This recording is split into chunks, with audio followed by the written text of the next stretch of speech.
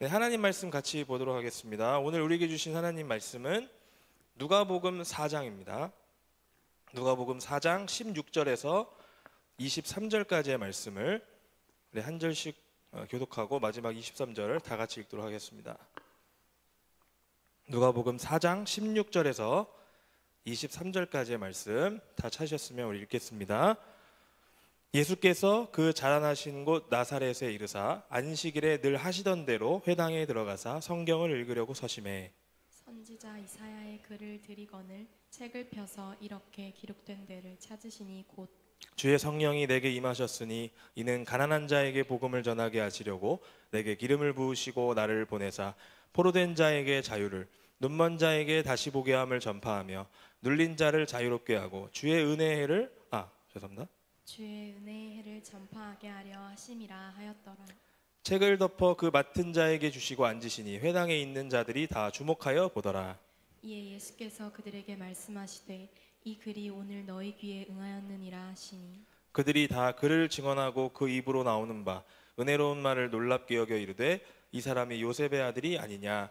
예수께서 그들에게 이르시되 너희가 반드시 의사야 너 자신을 고치라 하는 속담을 인용하여 내게 말하기를 우리가 들은 바 가버나움에서 행한 일을 내 고향 여기서도 행하라 하리라. 아멘. 네, 오늘 본문 말씀을 중심으로 해서 전하는 삶 첫 번째 시간으로 함께 하나님 말씀을 전하도록 하겠습니다. 우리가 2월 한 달은 삶이라는 주제로 이렇게 함께 나누고 있죠. 그래서 삶을 살아낸다라는 그 삶을 우리가 하나씩 주제를 가지고 함께 나누고 있습니다.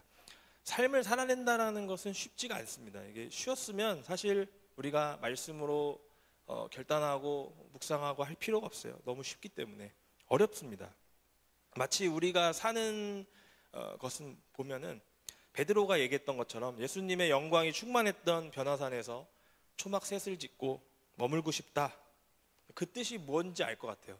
그러니까 너무나도 세상 속에서 살아나는 것이 힘드니까 하나님의 영광이 있는 그곳에서 머물고 싶지 밖으로 세상으로 나가서 살고 싶지가 않습니다. 그 정도로 세상에서 사는 게 쉽지가 않다는 거예요. 하지만 우리가 세상에서 소금과 빛으로 사는 것은 하나님께서 우리에게 주신 사명입니다. 그래서 우리는 하나님께서 나가라고 하셨기 때문에 나가는 거예요. 우리가 그냥 사는 것처럼 보일지 모르겠지만 그리스도인들의 눈으로 봤을 때는 하나님께서 밖에서 살아내라고 하신 그 사명이 있기 때문에 밖으로 나가는 겁니다. 그래서 여러분들이 기억하시는지는 모르겠는데 예배 시간에 맨 마지막에 축도하는 시간이 있는데 축도 이후에 우리는 파송을 받는다라고 표현합니다. 이제 보냄을 받는 사람들이에요. 우리 각자는 예배 시간의 말씀과 하나님과의 그 교제를 통해서 이제 세상으로 파송을 받는 자들입니다. 그래서 우리는 어쩔 수 없이 밖으로 나가서 삶을 살아내야 되는 존재들이에요. 하지만 어렵기 때문에 우리는 항상 말씀으로 무장하고 또 하나님께서 원하시는 삶이 어떤지를 항상 우리가 기억하면서 살아가야 된다는 것이죠. 그리스도인들은요 절대로 머물거나 안주하면 안 됩니다. 그런 신앙으로 사는 것은 위험합니다. 왜냐하면 계속적으로 세상은 바뀌어 갑니다. 1000년 전, 2000년 전의 세상과 지금의 세상은 너무나도 달라지고요. 앞으로도 달라질 거예요. 세상은 계속해서 변화되고 바뀌어 가지만 그곳에서 우리는 절대로 변하지 않는 진리를 전해야 하는 선지자적인 삶을 살아내야 하기 때문에 그래서 우리는 밖으로 나가야 됩니다. 그래서 거기서 부딪히면서 또 힘들어 가면서 선지자적인 사명을 위해서 하나님의 말씀을 전하는 그 삶을 위해서 우리는 밖으로 나가서 사는 거예요. 우리 조직신학 클래스를 듣고 있는 청년들은 기억하시는지 모르겠는데 이 그리스도라는 이름 자체는 직분에 대한 이야기입니다. 역할론적인 개념이에요. 그러니까 기름 부음을 받은 자라는 뜻을 갖고 있습니다. 그리스도. 근데 기독론에서 그리스도라는 이 직분은 매우 중요한 것이라고 했습니다. 왜냐? 우리가 믿는 예수님, 우리가 성자 하나님으로 고백하는 그 예수님께서 이 땅에 그리스도로서 오셨는데 그리스도의 그 직분이 우리에게 어떤 건지를 알아야 우리가 믿는 내용들을 확실하게 견고하게 할 수 있기 때문에 그렇다는 거예요. 따라서 그리스도인은 그리스도의 직분이라고 불릴 수 있는 왕과 제사장과 선지자적인 사명을 동시에 갖고 있는 사람들이에요. 그래서 우리는 모두 왕으로서 제사장으로서 선지자로서의 사명을 세상 속에서 감당하면서 살아가야 됩니다. 왜냐? 그리스도인이기 때문에 그렇습니다. 여러분, 제가 우리 안디옥 교회 이야기하면서 예전에 그리스도인이라 일컬음을 받았다라는 그 말씀을 통해서 뭐라고 했습니까? 그리스도인이라는 것은 그리스도에게 속한 사람이다. 정체성 자체가 그리스도에게 있는 거예요. 그러니까 그리스도인이라고 하는 것은 그리스도에게 그 정체성이 있는 사람들이기 때문에 그리스도의 정체성인 그 사명인 왕적인 거, 제사장적인 거, 선지자적인 것들을 충족하면서 감당하면서 세상 속에 살아가야 된다는 겁니다. 그래야 진정한 그리스도인이에요. 이 세 가지의 사명을 모두 충족하는 삶이 뭐냐? 바로 전하는 삶입니다. 오늘 우리가 함께 나누는 설교의 제목처럼 전하는 삶. 전하는 삶의 본질은 바로 그리스도인의 사명이라고 볼 수 있죠. 하나님 나라의 왕 되신 예수 그리스도를 전하는 것, 또 믿지 않는 사람들 하나님을 그 사이를 중재하며 이어주는 역할, 또 우리가 하나님의 말씀을 세상 속에서 선포하면서 전하는 삶을 살아가는 것, 이게 바로 그리스도인의 사명인 겁니다. 그래서 여러분들이 그리스도인이라고 생각을 하시는 순간부터 우리는 이 세 가지와 떼어놓을 수 없는 삶을 살 수밖에 없어요. 그래서 우리가 앞으로 다음 주까지 2주 동안 과연 그러면 세상 속에 살아가면서 전하는 삶이라는 것은 어떤 것인가 함께 말씀을 통해서 좀 나누어 보려고 합니다. 자, 오늘 본문은 우리에게 있어서 그렇다면 우리가 세상 속에 살아가면서 전해야 할 그 내용이 무엇인지를 알려주고 있고요. 또 우리가 전해야 하는 대상은 누구인지에 대해서 말씀해주고 있음을 우리는 기억해야 됩니다. 자, 오늘 본문 누가복음 4장을 보시면 전체적인 내용들은 어떤 거냐면 예수님이 이제 공생애의 사역을 이제 본격적으로 시작하는 본문이에요. 그래서 마귀에게 시험을 받으시고 이제 갈릴리라는 곳에서 사역을 본격적으로 이제 하시면서 여러 능력을 보여주고 계십니다. 그래서 이 누가복음은 특별히 성령을 강조하는 복음서이기 때문에 이 그 능력의 근원, 예수님께서 그 능력을 보이시는 근원을 뭐라고 표현하느냐? 성령으로 말씀하고 있습니다.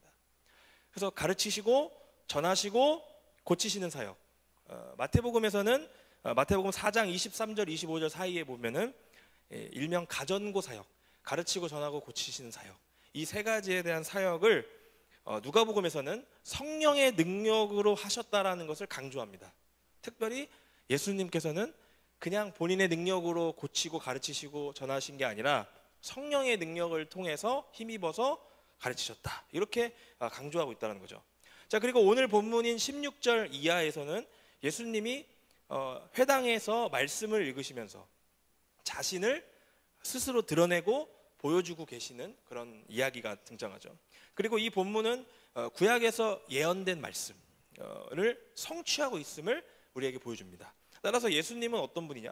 이 본문에서 드러난 바 하나님께 보냄을 받은 자와 동시에 율법을 폐하러 온 것이 아니라 성취하러 오신, 완성하러 오신 분임을 우리에게 알려주고 있는 본문이 누가복음 4장이라는 것을 알 수 있습니다. 그래서 오늘 본문 16절 17절에 보면 이렇게 오늘 본문이 시작되는데요. 다 같이 한번 읽어보겠습니다. 시작. 예수께서 그 자라나신 곳 나사렛에 이르사 안식일에 늘 하시던 대로 회당에 들어가사 성경을 선지자 이사야의 글을 드니거늘 책을 펴서 이렇게 기록된 데를 찾으시니 곧, 이렇게 이야기합니다. 자, 예수님은 나사렛, 우리가 예수님을 나사렛 예수라고 부르는 이유가 뭐냐면 예수님께서 어린 시절을 나사렛에서 보냈기 때문에 그래요.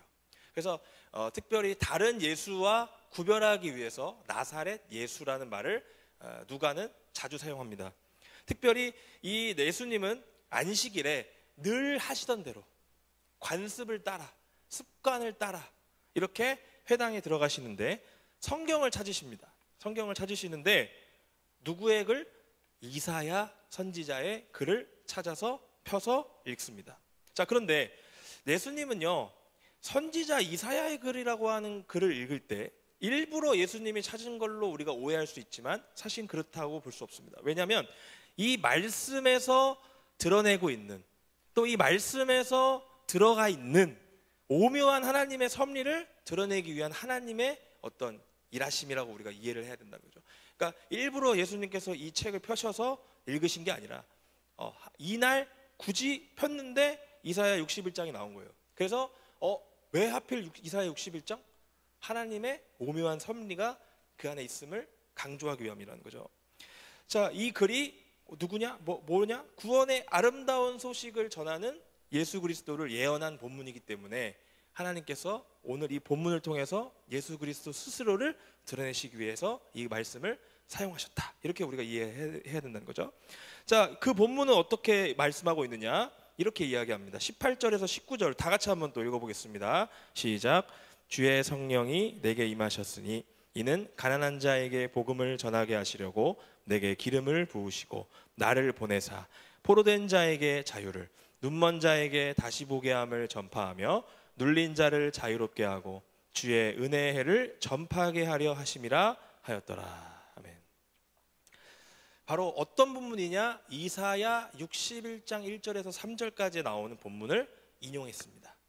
자, 그렇다면 원래 본문에서는 뭐라고 이야기를 하고 있는가? 다시 한번 읽어볼게요. 우리 이사야 61장 1절에서 3절을 또 다 같이 한 목소리로 읽어보겠습니다. 시작. 주 여호와의 영이 내게 내리셨으니 이는 여호와께서 내게 기름을 부으사 가난한 자에게 아름다운 소식을 전하게 하려 하심이라. 나를 보내사 마음이 상한 자를 고치며 포로된 자에게 자유를, 갇힌 자에게 노임을 선포하며 여호와의 은혜의 해와 우리 하나님의 보복의 날을 선포하여 모든 슬픈 자를 위로하되 무릇 시온에서 슬퍼하는 자에게 화관을 주어 그 죄를 대신하며 기쁨의 기름으로 그 슬픔을 대신하며 찬송의 옷으로 그 근심을 대신하시고 그들이 의의 나무 곧 여호와께서 심으신 그 영광을 나타낼 자라 일컬음을 받게 하려 하심이라. 아멘. 자, 이 본문은 뭐냐? 이사야 61장에서 나온 본문이 오늘 우리가 읽었던 누가복음 본문보다 좀 깁니다. 근데 이 본문은 복음이 무엇인지를 소개할 때 우리가 사용하는 본문입니다. 이사야 61장은. 자, 이 61장에 부제가 있는데 구원의 아름다운 소식이라는 부제가 달려 있어요. 그러니까 구원의 아름다운 소식이 뭐예요? 결국 복음이라는 거예요. 그러니까 복음이 무엇인지, 또 이 복음을 전하시는 분이 누구냐? 바로 메시아. 이 메시아를 선포하고 있고 예언하고 있는 본문이 이사야 61장입니다. 또한 이 본문은 삼위일체 하나님을 드러낼 때 찾는 본문이기도 합니다. 우리 같이 우리 기독론 신론을 배우신 분은 알겠지만 삼위일체를 드러내는 본문 중에 하나가 이사야 61장이에요. 주 여호와의 영, 성령, 그리고 여호와, 성부 하나님, 그리고 나라고 지칭하는 성자를 지칭하는 그 본문. 그러니까 삼위일체 하나님께서 구원의 역사를 함께 하고 계신다라는 그런 본문이 이사야 61장 본문입니다. 하나님이 일하실 때는 삼위일체 하나님이 협력하시는 가운데서, 이거를 이제 좀 어려운 말로 페리코레시스라고 하는데, 협력하는 가운데서 함께 일하신다라는 것을 우리에게 보여주는 구절이 바로 이사야 61장입니다. 그래서 구원이라고 하는 것은, 복음이라고 하는 것은 삼위일체 하나님께서 협력하시는 가운데 이루신다라는 것을 우리에게 보여주는 본문이 이사야 61장입니다. 자, 이 본문을 통해서 성자께서 기름 부음을 받습니다. 자, 기름 부음을 받는 것, 즉 뭐예요? 그리스도로서 기름 부음을 받는다라는 겁니다. 근데 그 그리스도로서 오신 이유가 담겨져 있어요. 왜 오셨어요? 첫 번째, 가난한 자에게 아름다운 소식, 즉 복음을 전하게 하시기 위해서 이 땅에 오셨다는 거예요. 그리스도로서. 그리고 포로된 자에게 자유를, 눈먼 자에게 다시 보게 함을 전하기 위함이다. 이렇게 오늘 본문은 말씀하고 있습니다. 다시 말하면 예수님께서 그리스도로서 이 땅에 오신 이유는 뭐냐? 전하기 위함이었다는 거죠. 전하기 위함. 바로 복음과 자유와 다시 보게 함과 주의 은혜를 전하기 위함이다 라고 오늘 말씀은 이야기를 합니다. 따라서 우리는 예수님으로부터 이런 것들을 들은 자예요. 뭐예요? 다시 보게 함, 자유, 복음, 주의 은혜를 들은 사람으로서 이 복음을 다시 전해야 하는 사명을 담고 있다는 겁니다. 여러분들, 아까 제가 그리스도인은 그리스도의 사명을 갖고 있는 사람들이라고 말씀드렸어요. 따라서 우리는 세상 속에서 그리스도인으로 살아가야 되는데 어떻게 살아가야 되느냐? 오늘 말씀과 같이 예수님께서 이 땅에 오신 그 이유처럼, 전하기 위해서 이 땅에 오신 것처럼 우리도 전하는 삶을 살아야 된다는 거예요. 근데 무엇을 전하느냐? 복음과 자유함과 다시 보게 함과 주의 은혜를 전하는 자들이 되어야 된다. 그것들을 우리가 기억해야 되는 거죠. 자, 그렇다면 우리가 그리스도인으로서 무엇을 전하는 삶을 살아야 되느냐? 구체적으로 오늘 본문을 중심으로 해서 나눠보도록 하겠습니다. 먼저 우리는 무엇을 전해야 되느냐? 복음을 전하는 삶을 살아야 됩니다. 여러분, 복음은 아름다운 소식을 의미합니다. 아름다운 소식이 뭡니까? 우리가 원래는 죄로 인해서 죽을 수밖에 없었지만 다시 살 수 있게 되었다는 그 아름다운 소식을 복음이라고 합니다. 원래 이사야에서 말했던 가난한 자들은 누구냐? 바벨론에서 포로 생활을 하다가 이제 돌아온 자들을 의미하는 단어가 가난한 자들이었어요. 근데 이 가난한 자들에 대한 의미를 넓혀보면 세상 속에서 죄에 속박되어서 노임을 당하지 못하고 있는 자들에게 죄의 생활을 청산하고 새로운 살 길이 열려 있다라는 말씀을 전하는 것이 뭐냐? 복음입니다. 따라서 복음을 전하는 삶은 무엇이냐? 여전히 죄의 문제로 어려움을 당하고 있는 자들에게 예수 그리스도를 전하는 삶입니다. 그게 복음을 전하는 삶입니다. 그리고 또 어떤 삶이냐? 죄에 속박되어서 포로로 살아가는 자들에게 자유를 전하는 것이 복음을 전하는 삶이에요. 또 눈이 멀어서 하나님을 알아보지 못하는 자들에게 예수 그리스도를 전하는 삶이 복음을 전하는 삶입니다. 우리 주변에 있는 이런 가난한 자들, 포로가 된 자들, 눈먼 자들을 위해서 복음을 전해야 되는 사명이 있음을 우리는 기억해야 됩니다. 우리는 특별히 가난한 자들에게 복음을 전할 수 있는 방법이 있다는 것을 기억해야 돼요. 오늘 누가복음 4장에서는 그 방법을 이야기하는데 바로 뭐냐? 바로 성령입니다. 성령. 내가 그냥 전한다고 해서 무조건 전할 수 있는 게 아니라 오늘 본문에서도 예수님께서 증거하시는 방법이 뭐냐? 주의 성령이 내게 임하셨으니 라고 얘기합니다. 예수님도 그냥 전하신 게 아니에요. 그냥 가르치신 게 아니에요. 성령이 임하셨기 때문에 그 능력을 가지고 전했음을 기억해야 돼요. 예수님도 그분께서도 성령의 능력으로 복음을 전하셨다. 그냥 하신 것이 아니다. 그 능력 있는 분께서도 그냥 복음을 전하신 것이 아니다. 반드시 성령의 능력을 우리는 힘입어야 전하는 삶을 살 수 있다. 우리는 그것을 기억해야 됩니다. 여러분의 삶에서 성령의 충만한 삶으로 성령을 힘입어서 성령의 임재 가운데 전하는 삶으로 살아갈 수 있는 저와 여러분 되길 주님의 이름으로 축원드립니다. 그리고 두 번째 있습니다. 두 번째는 뭐냐? 어떤 것을 전하느냐? 주의 은혜의 해를 전하는 삶이 되어야 된다. 네, 이렇게 우리가 표현할 수 있습니다. 여기서 우리가 은혜의 할 때 은혜의라는 말은 어떻게 번역을 할 수 있느냐? 받으실 만한, 호의적인, 환영하는 이런 단어로 해석할 수가 있어요. 즉 다시 말하면 주의 받아들여질 만한 해, 주께서 환영하는 해, 주께서 호의를 베푸시는 해, 이렇게 우리가 해석을 할 수 있어요. 즉 주께서 받아들인다라는 것을 우리가 기억해야 됩니다. 이것이 무슨 뜻인가 하면 위에서 말했던 포로들에게 자유가 선포되는 해, 빚이 있었는데 빚이 탕감되는 해, 즉 이런 모든 묶여있는 것들이 하나님께서 받아들여지는 해, 그 해를 전하는 삶이 우리의 삶이 된다. 이렇게 말할 수 있다는 것이죠. 오늘 본문을 조금 어려운 말로 신학적으로 이야기하면 어떻게 표현할 수 있느냐? 구약에서 말하는 희년 제도를 뜻하는 말이 오늘 주의 은혜의 해입니다. 레위기 25장 10절에서 12절입니다. 이렇게 말씀합니다. 너희는 50년째 해를 거룩하게 하여 그 땅에 있는 모든 주민을 위하여 자유를 공포하라. 이 해는 너희에게 희년이니 너희는 각각 자기의 소유지로 돌아가며 각각 자기의 가족에게로 돌아갈지며 그 50년째 해는 너희의 희년이니 너희는 파종하지 말며 스스로 난 것을 거두지 말며 가꾸지 아니한 포도를 거두지 말라. 이는 희년이니 너희에게 거룩함이니라. 너희는 밭의 소출을 먹으리라. 아멘. 이렇게 선포합니다. 율법에서 이 희년 제도는요 거의 안식의 끝판왕입니다. 이제 무슨 말이냐? 율법에서는요 안식년이라고 하는 그 해가 7년마다 한 번씩 선포가 됩니다. 우리가 안식일이라고 하는 것이 일주일에 한 번, 7일에 한 번 돌아오는 것처럼 안식년도 7년에 한 번 정도를 돌아옵니다. 그래서 안식년을 7번 지나면 7 곱하기 7이 되면 49가 되기 때문에 49년이 지난 50년째 해를 희년이라고 하는 율법의 해로 지킵니다. 이스라엘 백성들은 그렇게 지켰어요. 그런데 이 희년이라는 것이 무엇이냐? 지금까지의 모든 땅에서의 경작들이 중지되는 해, 또 모든 사람들이 각자의 고향으로 돌아가는 해, 또 각자 갖고 있었던 빚이 다 제로가 되는 해입니다. 그리고 노예들은 다 해방됩니다. 이 해가 희년 제도였어요. 그런데 이 희년 제도는 실제로 이스라엘은 한 번도 지키지 못했습니다. 율법에서만 등장하지 이스라엘 역사에서는 단 한 번도 희년을 지킨 적이 없습니다. 왜 그렇습니까? 이 모든 것을 지키기도 전에 나라가 망해버렸기 때문에 그렇습니다. 그래서 희년은 한 번도 선포가 되지 못했고 이스라엘 백성들도 지키지 못했어요. 하지만 율법에 기록되었던 이 희년, 레위기 25장에 기록되어 있는 이 희년은 예수 그리스도가 이 땅에 오신 이후로 우리에게 다시 한번 선포가 됩니다. 어떻게? 주의 은혜의 해로 선포가 됩니다.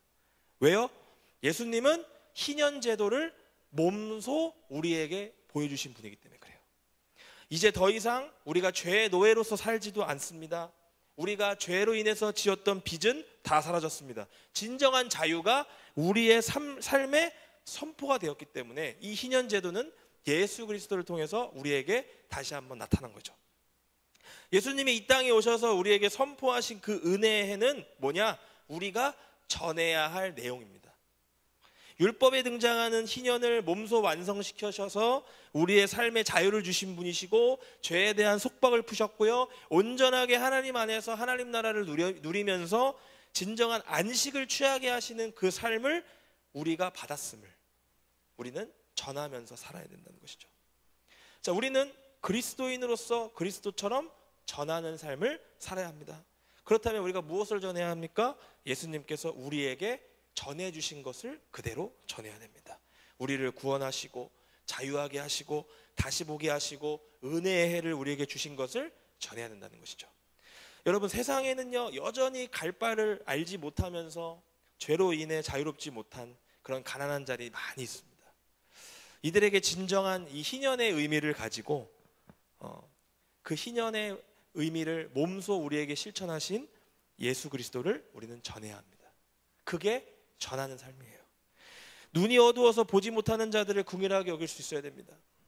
그들에게 다시 보게 함을 선포하는 복음을 전할 수 있어야 된다는 거죠. 그리고 죄의 포로가 되어서 여전히 자유를 누리지 못하고 있는 자들에게 역시 복음으로 진정한 해방을 그들에게 선물해 줘야 됩니다. 우리는 이러한 것들을 전하는 삶을 살아야 됩니다. 자, 우리가 이번 주부터 일청을 중심으로 해서 대학 캠퍼스로 가서 불특정 다수의 사람들에게 복음을 전하기 위해서 나갈 겁니다.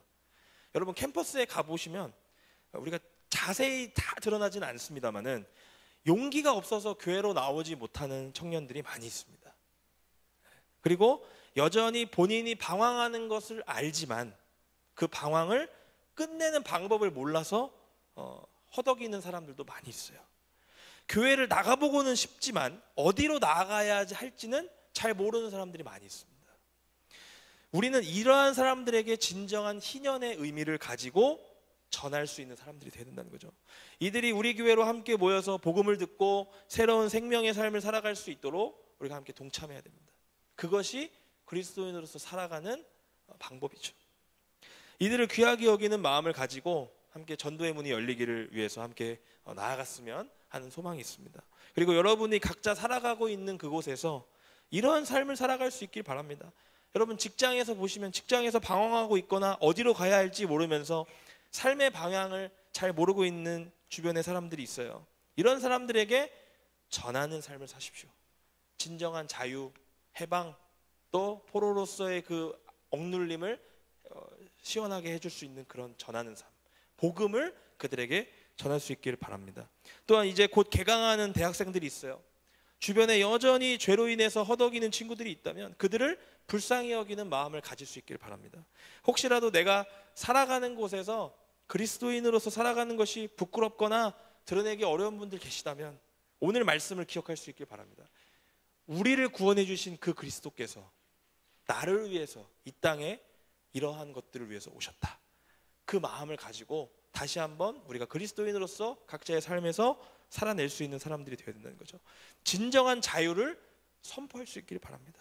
세상이 줄 수 없는 그 자유와 안식과 은혜와 그 기쁨을 여러분들의 삶에서 전해야 됩니다. 여러분들은 전하는 삶으로서 살아가야 돼요. 여러분, 성령이 우리 삶에 임하시면 우리는 복음을 전하는 삶으로 또 주의 은혜의 해를 전하는 삶으로 살아갈 수 있습니다. 이 시간 우리의 삶 가운데 그 성령께서 함께 해주시고 임하시고 그 능력을 우리에게 보여달라고 함께 구하면서 결단하는 시간 될 수 있길 바랍니다. 그리고 이 땅에 그리스도로서 하나님 나라를 전하기 위해서 보냄을 받으신 예수 그리스도를 생각하면서 전하는 삶을 살아갈 수 있기를 축원드립니다. 오늘부터 사순절 첫째 주일이 시작됐어요. 첫째 주가 시작됐습니다. 여러분, 예수님께서 왜 고통을 당하셔야 했습니까? 왜 고난을 당하셔야 했습니까? 왜 예수님께서 이 땅에 오셔서 그 십자가를 지셔야 했습니까? 바로 우리에게 진정한 구원의 그 아름다운 소식을 전해주시기 위함이라는 거죠. 여러분, 우리는 이 사순절 기간 동안 이러한 것들에 초점을 맞추면서 신앙생활을 다시 한번 돌아봐야 됩니다. 과연 나는, 내가 주의 은혜의 해를 경험하고 있는 나는, 그 진정한 자유를 받고 있는 나는, 그 기쁨의 소식, 그 복음을 받은 나는 과연 전하는 삶을 살고 있는가? 그 기쁨을 함께 주변의 어려운 가난한 자들과 포로된 자들과 어두운 자들에게 내가 전하고 있는가? 그들에게 알려주고 있는가? 내 삶을 통해서 그들에게 보여주고 있는가? 우리는 다시 한번 기억해 봐야 된다는 거죠. 우리를 자유와 죄의 속박에서 구원하시기 위해서 이 땅에 오신 그리스도를 묵상하면서 나도 또한 이 복음을 전하는 삶이 될 수 있기를 결단할 수 있는 우리 모두가 되기를 주님의 이름으로 축원드립니다.